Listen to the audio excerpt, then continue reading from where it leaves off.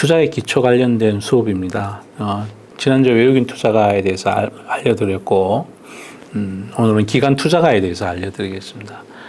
이분들도 우리 증시에 구성하는 사각의 링에 세 분의 선수가 올라가 있는데, 보통 킥복싱이나 권투나 이건 2명이 올라가잖아요. 이건 3명이 올라가. 그래서 이거 꼭 WWE 레슬링 하는 것 같아. 3명이 올라가 있으니까 누가 적이고 누가 아군인지가 수시로 바뀌는 거니까.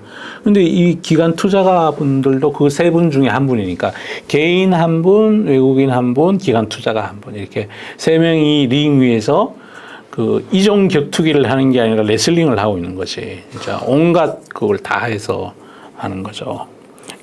레슬링은 거의 룰이 심판이 안 볼 때는 깨물어도 되고 진짜 이기는 놈이 장땡이야. 근데 그거 다 쇼라 그러더라고. 근데 옛날 어릴 적에 기밀 박치기 레슬링 보려고 맨날 일본의 이노키 어쩌고 하면서 정말 얘기를 옆으로 세지 말자. 자, 기관 투자분 중에 한국에서 가장 크게 투자하시는 분이 연기금이에요. 국민연금이 우리나라 주식의 투자 익스포저가 연금 총 자산의 16%예요. 16%를 한국 주식으로 편입하게 돼 있어요. 해외를 23%인가 4%인가 연도별로 조금씩 틀려요. 그런데 국내 주식 익스포저를 줄이고 자꾸 해외로 나가려고 그러세요.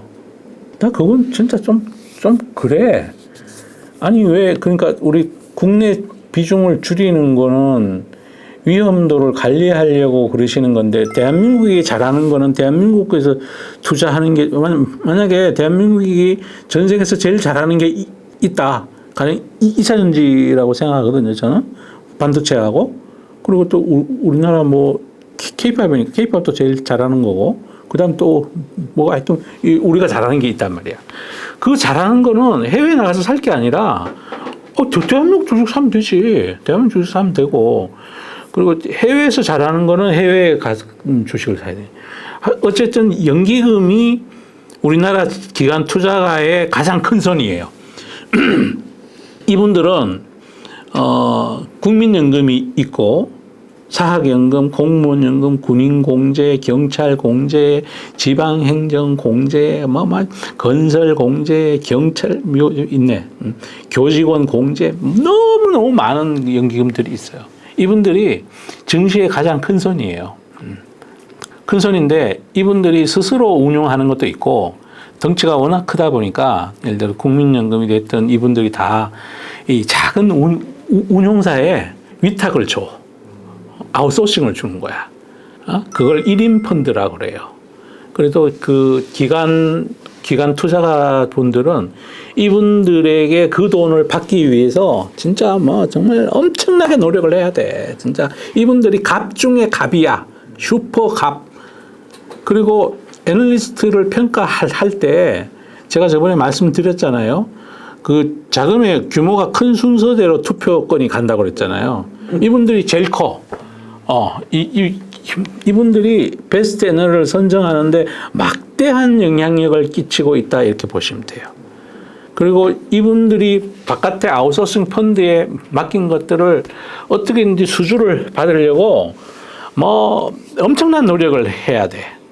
그리고 또 이분들은 아웃소싱 펀드뿐이 아니라 증권 거래액이 많다 보니까 증권사를 거래할 때 등급을 매겨서 거래를 하는데 A, B, C, D 이런 식으로 이제 우리나라 증권사가 가령 한 30개가 있다. 30개도 넘죠. 7개까지 하면 40몇 개가 있는 것 같은. 그래서 1등급, 2등급, 3등급, 4등급 나누는 거예요. 그 등급을 나눌 때 어떻게 나누냐면 얼마나 이 소속된 회사의 애널리스트하고 법인 영업하신 분들이 여기 와갖고 좋은 정보를 주고 PT도 많이 하고 어떤 산업 활동에 관련된 투자와 관련된 아이디어를 많이 주느냐, 그걸 계단적으로 평가를 해. 저 증권사는 몇 번 왔고 요 증권사는 몇 번 왔고. 그러면 그래서 이게 증권사 계신 분들이 전주에도 자주 내려가십니다. 국민연금 예전 신사동에 있었는데 기금운용본부가 그쪽으로 내려갔어요. 그래서 누가 얼마나 많이 자주 내려가느냐 그것도 이제 법인 영업하시는 분의 능력인 거지 뭐. 누군가의 그쪽에 가서 PT를 해야 되니까. 그리고 여기 연기금 말고 제가 따로 분류는 안 했는데 우정사업본부라고 있어. 그러니까 우정사업본부는 연기금에 속하지 않고 국가로 분류되어 있잖아요. 그래서 이 코스피의 현선물 차익 거래는 거의 우정사업본부가 하신다고 생각하면 돼. 물론 증권사에 위탁을 줘가지고 있는 거예요. 그분들이 직접 하시는 게 아니고. 그러면 왜 우정사업본부가 인덱스 차익 거래를 할 수 있느냐? 다른 분들은 세금을 내야 돼. 주식 사고 팔 때. 근데 우정사업본부는 국가야.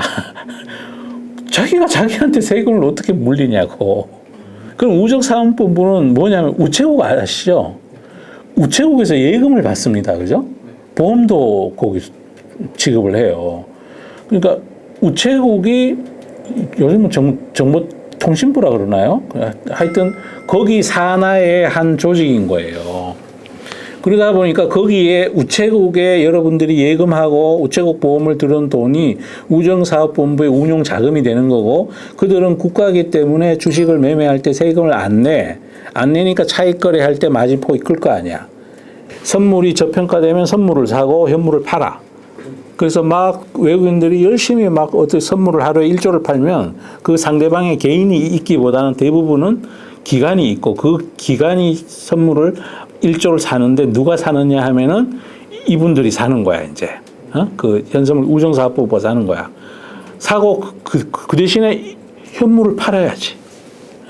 그렇게 특별히 그 사이에 마진을 먹는 거니까. 그런 매매가 있고요. 우정사업부는 거의 그거 같습니다. 근데 그거라도 하지 않으면 시장이 갑자기 어디로 휙 가버릴 수가 있겠죠. 그래서 그건 어떻게 보면 뭐 순기능일 것 같기도 하고, 그렇습니다. 그래서 이 연기금들이 증시의 가장 큰 손이고 이분들이 증시에서 큰 손인 것뿐만 아니라 증권사의 운명을 좌우하는 거죠. 기간 시장에 있어서는.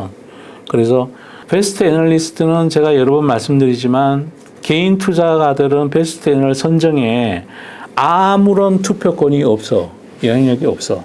누가 하느냐? 기관 투자가 되잖아요. 그래서 가만히 보시면 또 이런 분들은 자금의 규모가 크다 보니까 코스피 상승률 대비 잘했느냐 못했느냐 이걸로 평가를 받아. 지수 대비 아웃퍼폼 했느냐 못했느냐. 원래 코스피가 10% 올랐는데 가령 내가 가지고 있는 펀드는 9%밖에 안 올랐다.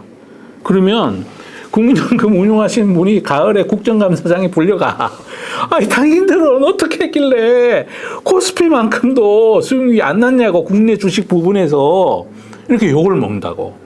그래서 국민연금이 예를 들어 시가총액 비중이 있을 거 아니에요. 뭐 가령 삼성전자가 시가총액 비중이 20%다.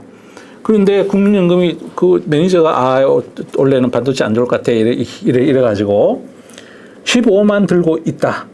그러면 삼성전자가 올라간다. 기분 억수로 나빠해. 올라가다 오르는 게 아니야. 자기 욕 먹는 게 늘어나니까 진짜 그런다니까. 그래서 최근 들어서 어떤 애널리스트가 삼성자산 운용하고 국민연금이 많이 들고 있는데 그분들에게 더 큰 피해를 끼쳤다고 유튜브에서 그러시더라고. 그거 그대로 믿으시면 안 돼. 국민연금 입장에서 보면 지속적으로 팔기만 했거든, 그 종목을. 이제 올라가면 골치 아파, 진짜.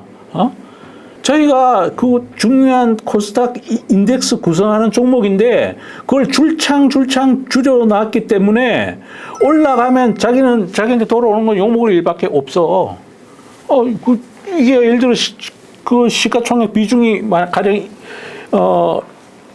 가령 20조다. 그 시가총액이 20조다 그러면 코스피 전체로 치면은 그러니까 코스닥 전체로 치면 코스닥 시가총액이 그렇게 크지 않으니까 가령 예를 들어서 2%다. 코스닥 시장 내에서 시가 비중이 2%다. 그런데 자기가 열심히 들고 팔아서 자기가 시가 비중을 1%밖에 안 가지고 있다. 그러면 올라가면 힘들어 죽지. 힘들어 죽어. 그렇다고 뒤늦게 따라 사다니 쪽팔리고, 그런 거지 뭐. 그래서 그런 배경을 여러분들이 이해를 하고 봐야 된다는 것이. 예? 그래서 그 운용사에서요, 그 액추얼 펀드, 인덱스 펀드는 아예 이럴 위험이 없어. 왜 없냐면 인덱스 비중대로 매매해버리니까. 근데 액추얼 포트폴리오를 운영하는 액티브 펀드들 입장에서는 가령 그 아까 말씀드렸듯이 언더웨이트 해가 있는데 그 종목이 올라가면 스트레스 무시 받아요. 그건 제가 해봐서 알아. 그래서 그거를 알고 애널리스트 뷰를 들으셔야 됩니다. 그래서 저는 뭐 그분께서 아마 그런 걸 내막을 모르고 그렇게 말씀을 하셨을 거라고 믿고 싶어집니다. 그리고 그 다음에 그분이 예를 든 삼성자산운용, 거긴 거의 ETF예요. ETF고, 그러니까 고객의 돈, 그것도 이제 지수대로 따라 움직이는 ETF이기 때문에 사실은 스트레스 안 받죠. 여러분들이 ETF 가입하고 나면 그 매니저가 여러분이 돈 넣은 순서대로 원래 구성비대로 주식을 사주는 게 자기 임무잖아요. ETF에 그 안에 A 종목 몇 프로, B 종목 몇 프로, C 종목 몇 프로 구성비가 쭉 나와 있고 그거대로 자기가 매매해 주는 거예요. 그런데 뭐 오르든 내리든 무슨 상관이야 그 양반이. 삼성자산 운용이 무슨 거기에 이해관계가 있냐고요. 그게 삼성자산 운용이 ETF를 많이 하잖아요. 2차전지 ETF도 하고 그러니까 거기 많이 들어가 있는 거예요. 그런데 뭐 그걸 가지고 삼성자산 운용이 큰 손님이고 국민연금이 큰 손님인데 그들한테 내가 더 큰 피해를 끼쳤지 여러 개인분들한테 끼친 게 아니라고 그렇게 항변하시는 거는 저는 그거는 진짜 아니라고 생각합니다. 이거는 편집하시면 안 돼요. 이건 진실을 알려드리는 거니까. 이런 걸 알고 들으셔야 된다는 거죠, 이게. 그런데 그 종목에 대해서 국민연금의 편입 비중이 4%라고 그분이 그러시더라고요. 난 몰라요, 국민연금. 그러니까 지분신고한 게 4%가 신고가 돼 있대. 그런데 국민연금이 거의 웬만한 종목은 예를 들어 막 8%, 9% 들어오는 거 많아요. 네, 진짜 많다고. 그러면 4%면 국민연금은 그 종목에 대해서 심하게 언더웨이트 해가 있는 거예요. 올라가면 힘들어 죽어. 그분들 진짜 욕 바가지로 먹게 생겼다고 올 가을 국회 가서 예를 들자면 대신 다른 거에 오버웨이트 한 거에서 많이 올라가면 또 상세가 되겠지만 이해관계가 그렇다는 거죠. 또 얘기가 한참 또 옆으로 갔는데 어쨌든 연기금 이런 게 있고 이분들은 바이앤홀드 하시는 분이세요.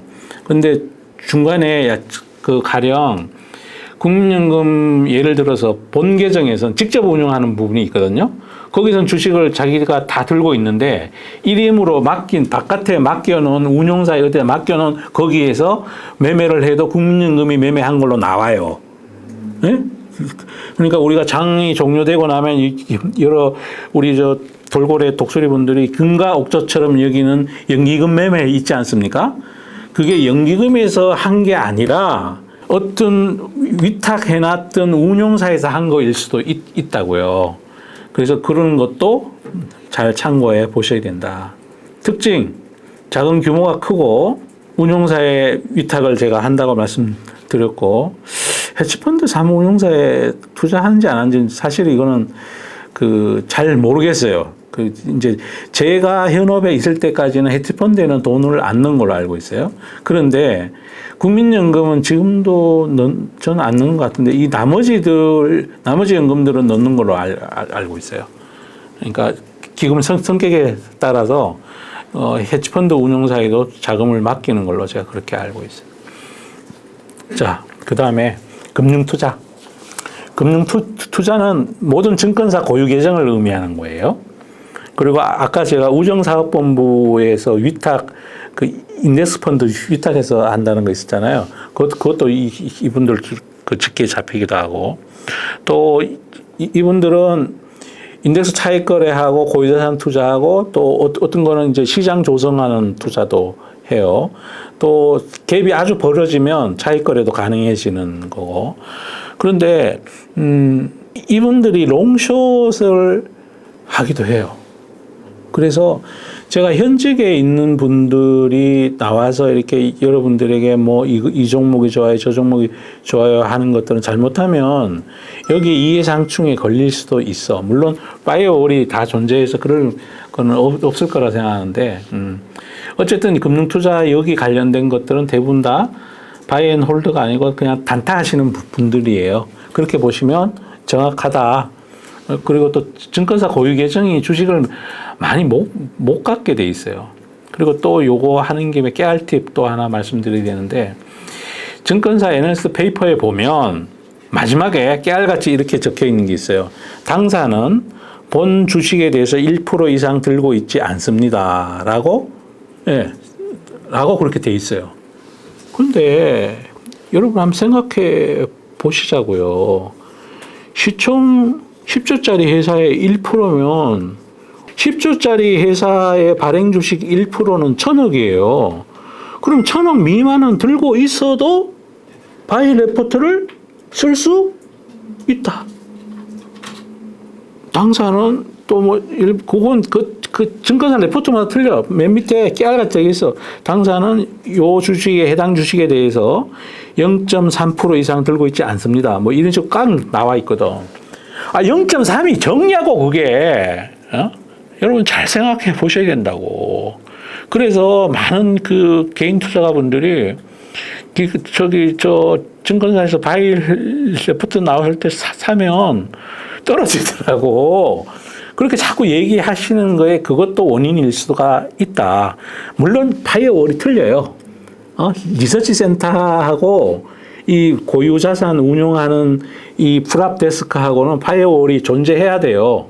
규정상 그렇다고. 규정상 그렇다고요. 규정상. 양 PD님 규정상 그렇다고. 네, 알겠습니다. 공중도덕을 지켜야 된다고. 그걸 지키지 않으면은 안 돼. 비난을 받아야 되는데 규정상 그렇다고. 그 이분들은 단기 거래 하시는 분들이세요.